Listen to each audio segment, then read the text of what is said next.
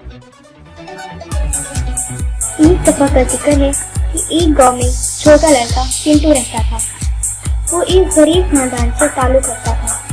उसके पिता बचपन में ही फौत हो गए थे, इसलिए चिंटू घर का वाहिद सहारा था और उसने अपने परिवार की सारी जिम्मेदारियां अपने कंधों पर ले रखी थी।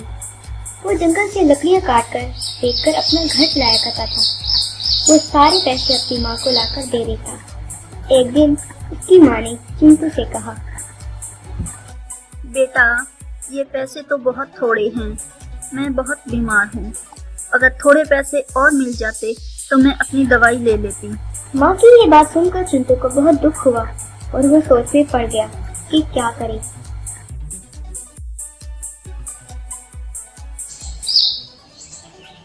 यही सोचता हुआ वो जंगल में लकड़ियां काटने के लिए निकल गया। पेड़ को देखकर उसने सोचा, मुझे आज ज्यादा लकड़ी काटनी होगी और ज्यादा पैसे कमाने होंगे ताकि मैं अपनी माँ का ठीक से इलाज करवा सकूं। फिर वो एक बड़े से दरख्त के पास गया और जब वो उस दरख्त को काटने ही वाला था तो एक जिन का बच्चा उसके सामने नमूदार हुआ। वो छोटे जिन को देखकर चिंटू बहुत घबरा गया और बोला, मुझे मत मारो, मैं तुम्हें कोई नुकसान नहीं पहुंचाऊंगा।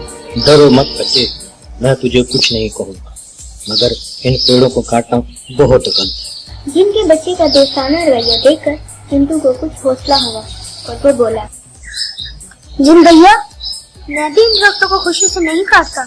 इनके काटते हुए मुझे भी बहुत दुख होता है, मगर मैं मजबूर हूँ। मैं भी उस उम्र में दूसरे बच्चों के साथ खेलना चाहता हूँ, लेकिन मैं बहुत गरीब हूँ। अपनी माँ की दवाई लेना चाहता हूँ। मेरे पिताजी गुजर चुके हैं, इसलिए मैं पेड़ काटता हूँ और अपने परिवार का ख्याल रखता हूँ। इतना कहकर चिंटू बहुत उदास हो गया और रोने लगा। चिंटू को रोता देखकर जिनके बच्चे को दया आ गई और उसने कहा, हा, मैं तुम्हें एक मुर्गी दूंगा बच्चे, जो रोज एक सोने का अंडा देगी, जिसको बेचकर तुम अपना घर चला सकते हो और अपने दोस्तों के साथ खेल भी सकते हो। फिर तुम जंगल से पेड़ मत काटना और किसी को इसके बारे में ना बताना कि ये मुर्गी मैंने तुम्हें दी है, समझ गए ना? तुरंत वहाँ एक मुर्गी नमूदार हो गई। तब जिनके बच्चे ने मुर्गी चिंटू को दी, जिससे चिंटू बहुत खुश हुआ। उसने छोटे जिन को धन्यवाद किया और खुशी खुशी मुर्गी लेकर घर लौट गया। मुर्गी को देखकर चिंटू की माँ ने उससे पूछा, चिंटू, ये मुर्गी तुम्हें कहाँ से मिली? ये तो बहुत खूबसूरत है। जब मैंने अपना खाना एक बूढ़े को दिया तो उस बूढ़े ने ये मुर्गी मुझे दी और कहा कि ये रोज एक सोने का अंडा देगी और तुमने किसी को भी इसके बारे में नहीं बताना। चिंटू की बात सुनकर उसकी माँ को बहुत खुशी हुई और उसने चिंटू से कहा, शुक्र है भगवान, लगता है भगवान को हम पर दया आई और वो इस बूढ़े के रूप में मदद करने को आए। रोजाना एक सोने का अंडा बेचने से उनके पास काफी सारे पैसे जमा हो गए थे।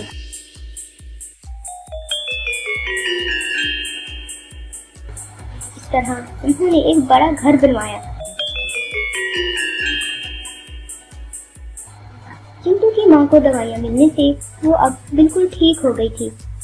तभी से चिंटू अपने दोस्तों के साथ खूब खेलता।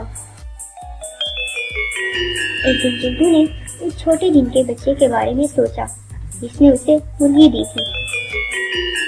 छोटे जिन ने हम पर इतना बड़ा एहसान किया, लेकिन मैं एक बार भी इस छोटे जिन के बच्चे के साथ नहीं मिलने गया।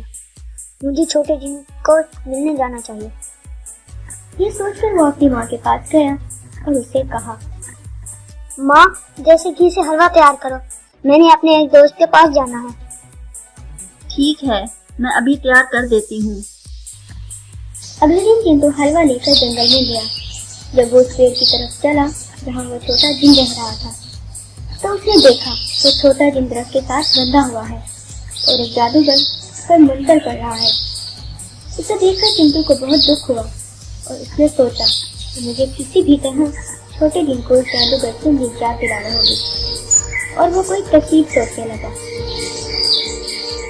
तुमने मुझे इस तरह क्यों बांध दिया है? मैंने तो कभी भी किसी को तकलीफ नहीं पहुंचाई। मुझे छोड़ दो, मुझे मत मारो, मुझे छोड़ दो। इस तरह छोटा जिन जादूगर की मिन्नत समाप्त करने लगा, मगर जादूगर ने मंत्रों का जाप जारी रखा। चिंटू ने हलवा एक तरफ रखा और एक लंबी छड़ी लेकर पीछे से जादूगर के सर में दे मारी, जिससे वो जादूगर गिरकर बेहोश हो गया। तब चिंटू ने एक छोटे जिन को छुड़ा लिया और वो दोनों एक तरफ भाग गए। किंतु अगर तुम सही समय पर ना आते तो ये जादूगर मुझे मार डालता। तुम्हारा धन्यवाद। नहीं छोटे जिन, ऐसा मत कहो। तुमने जो मुर्गी देकर हम पर एहसान किया था, जिसकी वजह से अब हम एक खुशहाल जिंदगी बसर कर रहे हैं, मैं तुम्हारा हमेशा आभारी रहूंगा।